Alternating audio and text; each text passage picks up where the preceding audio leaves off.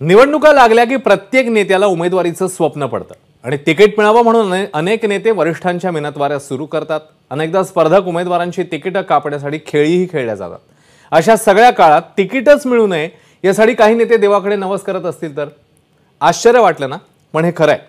भाजपमध्येच असे अर्धा डझन नेते असल्याचं बोललं जातंय। पाहूया देव करो आणि तिकीट न मिळो असं म्हणणारे हे नेते नेमके आहेत तरी कोण। निवडणुकीचे ढोल वाजू लागले की राजकीय नेत्यांची नुसती लगीनघाई सुरू होते। कार्यकर्त्यांचे मेळावे काय, लोकांच्या भेटीगाठी काय आणि निवडणुकीची तयारी काय, अनेक जण गुडघ्याला बाशिंग बांधून सज्ज होतात आणि त्यासाठी सर्वात आधी सुरू होते तिकिटांसाठी लॉबिंग। पक्षातील वरिष्ठांच्या नागदुऱ्या काढण्यापासून ते इतर इच्छुकांची तिकीटं कापण्यापर्यंत राजकीय डावपेच खेळले जातात।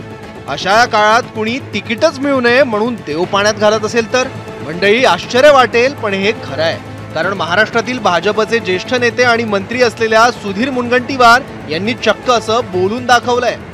पहा ते काय म्हणतात। माझं नाव सुचवलं आहे, पक्षाने आग्रह केला आहे। दिल्लीमध्ये जो काही आपला वाटा छोटासा उचलावा आणि अनेक ठिकाणी असे नवीन उमेदवार त्यांनी घेतलेत ज्यांना विधानसभेत त्यांना अनुभव आहे, त्यांनी लोकसभेत कॉन्ट्रीब्यूट करावं असं साधारणतः आहे। पण मी हा सांगण्याचा प्रयत्न करतोय की माझी जास्त मदत आणि उपयोग राज्यात मी आपला प्रयत्न करतोय की माझी तिकीट कापली गेली पाहिजे। मी पूर्ण प्रयत्न लावून आहे, जोर लावून आहे माझी तिकीट कापायची। बघू आता काय होतं। सुधीर मुनगंटीवार तसे मोकळे ढाकळे आणि नेमकं पण स्पष्ट बोलणारे नेते।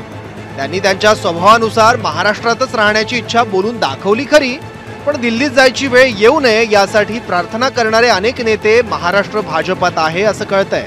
चंद्रपूर लोकसभा मतदारसंघासाठी सुधीर मुनगंटीवार यांच्या नावाची चर्चा आहे। मध्य मुंबईतून आशिष शेलार यांच्या नावाचा विचार सुरू आहे। जळगावमधून गिरीश महाजन यांच्या उमेदवारीची शक्यता आहे। बीडमधून प्रीतम मुंडेंच्या जागेवर पंकजा मुंडे यांना उमेदवारी दिली जाऊ शकते।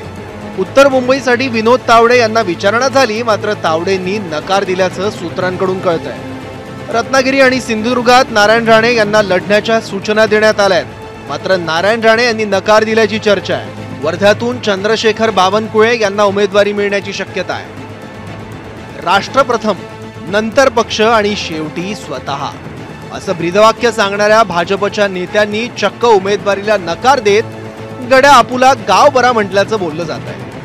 मात्र मोदी, शहा आणि JP नड्डा त्यांना उमेदवारी देऊन राजधानी दिल्लीचं तिकीट देणार का हे पाहणं महत्त्वाचं आहे। सुमेश कोलगे, ABP माझा, दिल्ली। ABP माझा, उघडा डोळे बघा नीट।